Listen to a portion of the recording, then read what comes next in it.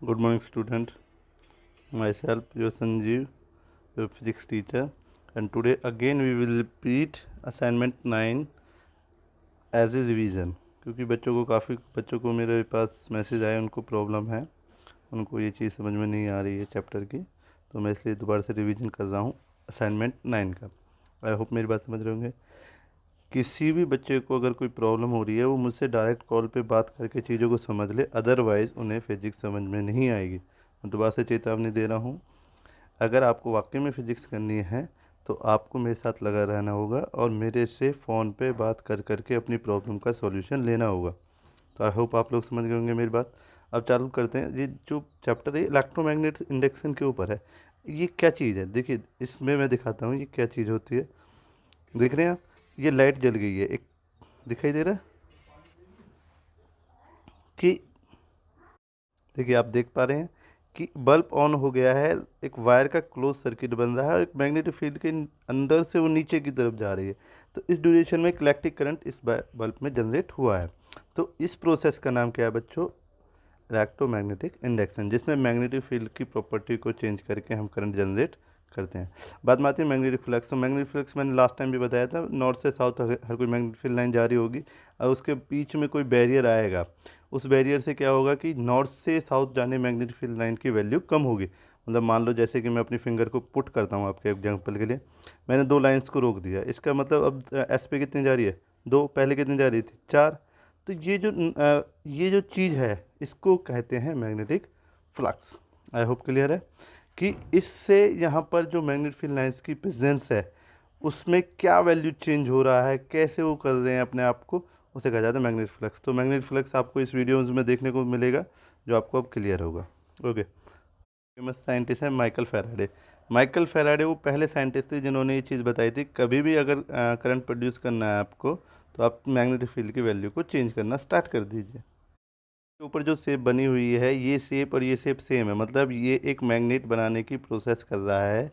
Ammeter की जगह यहाँ गैल्वेनोमीटर यूज़ किया गया है करंट को मेज़र करने के लिए। बच्चों हम क्या कहेंगे? Solenoid shape. ओके, दिख रहा है? बस इसमें बैटरी नहीं है, इसमें बैटरी की जगह क्या है? गैल्वेनोमीटर, क्योंकि यहाँ करंट को मेज़र किया जा रहा है, यहाँ करंट दिया जा रहा था, बस इतना फ़र्क है इसमें। देखिए, तो ये फैराडे ने बताया था कि अगर आपको करंट जनरेट करना है तो ऐसी कोई कॉइल बना लीजिए। कॉइल मतलब जो सोलेनोइड शेप को उसको कॉइल कहा गया है, उसमें मैग्नेटिक फील्ड को आने दीजिए, जाने दीजिए।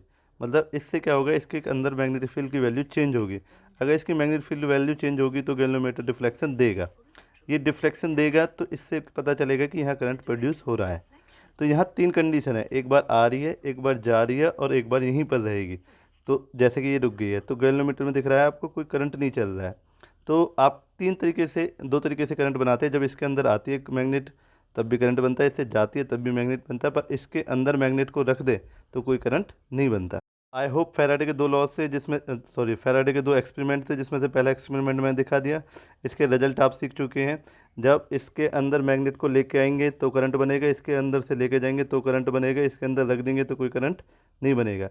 ये इसके रिजल्ट्स हो गए पहले एक्सपेरिमेंट के। सेकंड एक्सपेरिमेंट देखते हैं। एक्सपेरिमेंट था कि बैटरी से एक कॉइल बना लीजिए, एक सोलेनोइड बनाइए, इस स्विच को, जहाँ पर ये स्विच है, इसको ऑन ऑफ कीजिए। तो ये स्विच जब ऑफ होगा तो इसमें से मैग्नेटिक फील्ड लाइन से बन जाएंगे। मैग्नेटिक फील्ड लाइन से बच्चों दिखाई दे रहा है ना आपको, डॉटेड में क्या है? Magnetic field line.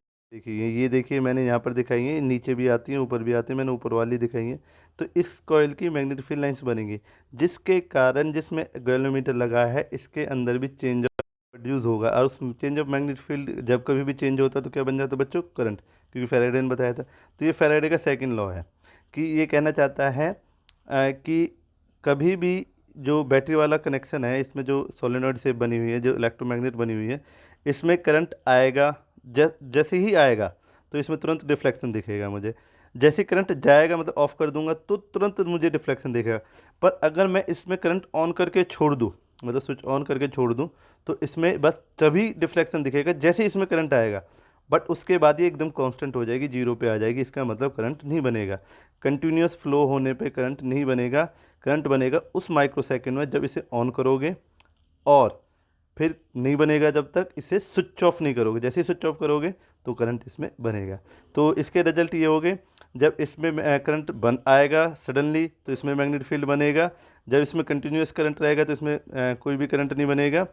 अगर इसमें से करंट को ऑफ कर दिया गया है तो इसमें करंट बनेगा। इसके भी 3 लॉ आपके पास रिजल्ट आ गए हैं। बात करते हैं फैक्टर अफेक्टिंग की। ये देखिए आपने देखा हुआ है वीडियो को, एनिमेटेड वीडियो को। जब इसके पास लेके आते हैं, लेके जाते हैं, तो यहाँ पर कुछ फैक्टर्स दिखाए हैं जिनसे क्या है ईएमआई चेंज हो जाता है। आई होप आप यहाँ से इसे देख के समझ लोगे कि आएगा जब इसमें डिफ्लेक्शन होता है, जाएगा जब इसमें डिफ्लेक्शन होता है, इसमें रख के छोड़ दिया जाएगा, कोई डिफ्लेक्शन नहीं होगा।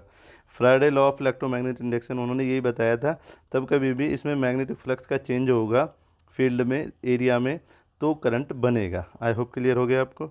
डिफाइनिंग का राइट हैंड रूल है, मतलब जब कभी भी हमें करंट को मेज़र करना हो, मतलब हम करंट बना रहे हो, तो हम राइट हैंड रूल करेंगे यूज़ फ्लेमिंग का। अगर हम फोर्स बना रहे हैं, मोटर बना रहे हैं, तो हम कौन सा यूज़ करेंगे? लेफ़्ट। तो आई होप जनरेटर के लिए राइट समझ गए होंगे आप, और मोटर के लिए लेफ़्ट। फ्लेमिंग थे जिन्होंने उनकी डायरेक्शंस को बताने में की। उसके बाद इसका लास्ट क्वेश्चन है इलेक्ट्रिक जनरेटर। तो इलेक्ट्रिक जनरेटर क्या बनाता है, सभी को पता है, करंट। देखिए अब चलते हैं जनरेटर के पास। जनरेटर के पास जाने से पहले मैं 2 चीज़ दिखाना चाहूँगा, जैसे कि इसे देख के आप नहीं पहचान पाए होंगे, ना ही इसे देख के पहचान पाए होंगे, फिर भी मैं बताना चाहूँगा। ये क्या है बच्चों? अच्छा ये सेल है। और ये क्या है बच्चों? अच्छा इलेक्ट्रिक वायर्स हैं। इन दोनों में क्या होता है बच्चों? इनमें होता है इलेक्ट्रिक करंट। अब बात आती है इन दोनों में कौन सा इलेक्ट्रिक करंट होता है। देखिए इनमें दोनों में अलग अलग कैटेगरी के डिफाइन करंट है। इसके साइंटिस्ट अलग थे जिन्होंने इस करंट को डेवलप किया, इसके साइंटिस्ट अलग थे। जैसे कि ये निकोला टेस्ला हैं, बहुत बड़े साइंटिस्ट थे। जे थॉमसन हैं जिन्होंने इलेक्ट्रिक बल्ब का भी डिस्कवरी की। तो ये 2 अलग अलग साइंटिस्ट थे जिन्होंने इलेक्ट्रिक करंट बनाए। इलेक्ट्रिक पोल्स में चलने वाला टेस्ला ने बनाया, और बैटरीज वगैरह में स्टोर होने वाला जे थॉमसन ने बनाया। इसमें आप समझ गए ये किसने बनाया? जे थॉमसन में। अब इन दोनों करंट के नाम रखे गए, भाई इसका क्या नाम रखें, तो दोनों ने अलग अलग नाम रखे। इसका नाम रखा अल्टरनेटिव करंट। आई होप समझ रहे हैं ना। टेस्ला के करंट का नाम रखा गया अल्टरनेटिव करंट। टेस्ला के करंट का नाम क्या रखा गया? अल्टरनेटिव करंट, जो इलेक्ट्रिक वायर्स में हमारे घरों में आता है, जो फैन एसी वगैरह सभी में चलता है। में सेल में इसमें होता है, उसे कहते हैं डीसी करंट। तो आई होप समझ गए होंगे आप। डीसी ये किसने डिस्कवर किया था? जे थॉमसन ने। चुके हैं हमारे पास अलग अलग कैटेगरी के करंट होते हैं। कुछ डिस्कवरीज थी जो आगे पीछे हुई हैं, उनके कारण करंट की जो टाइप्स है वो अलग हो गए हैं। तो पहला क्वेश्चन आता है type of current. Type of current क्या होता है? अल्टरनेटिव करंट और डायरेक्ट करंट। आई होप समझ गए होंगे आप। बैटरी में जो है डायरेक्ट करंट, और जो मेरे घर में वायर्स में घूम रहा है वो कौन सा है? Alternative current. ओके। अब बात करते हैं इसे डिस्कवर किसने किया। तो इसे डिस्कवर किया निकोला टेस्ला ने। इसे डिस्कवर किया जे थॉमसन ने। देखिए मैंने ईयर भी लिखे हैं। एक डिस्कवर हुआ 1879 में, और एक डिस्कवर हुआ 1890 में। तो आई होप आप मेरी बात समझ रहे होंगे। बाद में कौन सा डिस्कवर हुआ? अल्टरनेटिव करंट, जो आज की डेट में हमारे घरों में आता है। उसके कुछ बेनिफिट्स थे, जैसे कि मैं बात करूँ हमारे घर में कौन सा आता है? मेरे टीवी में, एसी में, फ़ैन में, कोई भी इलेक्ट्रॉनिक अप्लायंस है उसमें सभी में क्या चलता है? Alternative current. आई होप समझ गए होंगे। इन्वर्टर की बैटरी के अंदर कौन सा होगा बच्चों? Very good, direct current. तो यहाँ से दूसरा क्वेश्चन चलता है। अब डेफिनेशन बताइए सर, हमारी कोई डेफिनेशन क्या है? तो इसमें बताया गया it's current magnitude vary with respect to time. मतलब करंट का वैल्यू कम ज़्यादा होगा टाइम के साथ, उससे कहा गया अल्टरनेटिव करंट। आई होप समझ रहे होंगे। मैं ग्राफ से दिखा दूंगा अभी। डायरेक्ट करंट को क्या कहा है? It current this magnitude do not vary with respect to time. इसका वेरी नहीं करेगा। जैसे कि ग्राफ दिख रहा है आपको, ये एक ग्राफ है जिसमें वैल्यू उठती है, फिर नीचे चली जाती है, फिर नीचे जाती है, फिर ऊपर उठ जाती है। इसमें वैल्यू फिक्स होती है। तो आई होप मेरी बात समझ रहे होंगे। अगर आपने ग्राफ, आपके पास नॉलेज है अच्छी ग्राफ की, तो मेरे पास एक जगह टाइम है, एक तरफ करंट है। मैंने एक पॉइंट यहाँ पर रख लिया बच्चों, समझ रहे हैं ग्राफ में। तो यहाँ से एक्स पे जाएगा और वाई पे जाएगा। जो एक्स पे काटेगा वो टाइम की वैल्यू देगा, जो वाई पे काटेगा करंट की वैल्यू देगा। तो मेरे कहने का मतलब है यहाँ दोनों में मुझे एक्स वाई मिलेगा। मैं इस उंगली को उठा के यहाँ रख देता हूँ। अब देखिए यहाँ से भी एक्स पे जाएगा और वाई पे जाएगा। तो जो मुझे दोनों का कांस्टेंट वैल्यू मिलेगा वो क्या मिलेगा? सेम। इन दोनों का चेंज हमेशा क्या मिलेगा? सेम। तो इससे मुझे एक बात समझ में आएगी कि इस वैल्यू पे चीज़ क्या है? कांस्टेंट। इसमें हमेशा करंट कितना रहेगा? सेम, बेशक टाइम बदलता रहे। आई होप आप समझ रहे हैं ना। यहाँ रखूँ उंगली तब भी करंट जो होगा वही रहेगा। मान लो लेट्स सपोज 10 एम्पियर था, यहाँ उंगली रख दूंगा जब भी 10 एम्पियर, यहाँ पर रखूँगा 10 एम्पियर, यहाँ रखूँगा 10 एम्पियर। बट इस केस में नहीं होता। आई होप आप समझते हैं। देखिए करंट इधर की तरफ बढ़ेगा, टाइम इधर की तरफ बढ़ेगा, करंट इधर की तरफ बढ़ेगा। मान लीजिए यहाँ रख देता हूँ, तो यहाँ एक्स भी जीरो, वाई भी जीरो, तो इसका मतलब टाइम भी जीरो और करंट भी जीरो। यहाँ पर रख देता हूँ, तो यहाँ मैं इस वाई पे कट मारूंगा तो मुझे वाई पे करंट की सबसे मैक्सिमम वैल्यू मिलेगी। तो नीचे की तरफ कट मारूंगा तो टाइम की वैल्यू मिलेगी। आई होप समझ गए। यहाँ उंगली रख देता हूँ बच्चों, जहाँ पर ये वाली लाइन, सांप वाली लाइन यहाँ एक्स एक्सिस को काट रही है। तो यहाँ क्या मिलेगा, अगर आप मैथ्स के धुरंधर हो तो आप मुझे बता पाओगे कि यहाँ पॉइंट पे जहाँ पर दोनों कट कर रहे हैं वहाँ एक्स की वैल्यू मिलेगी, वाई की कितनी रहेगी, 0।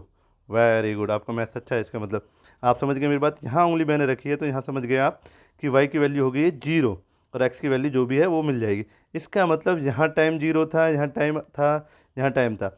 अब तीनों पे जो करंट वाई की वैल्यू अलग अलग मिल रही हैं। अब देखिए मैं यहाँ रख देता हूँ तो वाई की वैल्यू अलग मिलेगी, यहाँ रख देता हूँ वाई की वैल्यू अलग मिलेगी, यहाँ रख देता हूँ वाई की वैल्यू अलग मिलेगी। तो बट डीसी में नहीं था, डीसी में ऐसा नहीं है, डीसी में हमेशा कितना रहेगा करंट, सेम। यहाँ करंट कभी बढ़ेगा कभी घटेगा। आई होप आप समझ पा रहे होंगे। करंट यहाँ 0 है, यहाँ 0 है, यहाँ मैक्सिमम और नीचे मैक्सिमम, और एक वेव बना रहा है। ये वेव आपने साउंड चैप्टर में पहले समझ चुके हैं। मैथमेटिकल टेक्निक है जिससे हम चीज़ों को समझते हैं, जो रिपीटेड टाइम में अगेन एंड अगेन रिपीट करती हैं। ओके, जहाँ आपने वेव पढ़ी थी वहाँ फ्रिक्वेंसी भी पढ़ी थी, याद आई हो आप चीज़।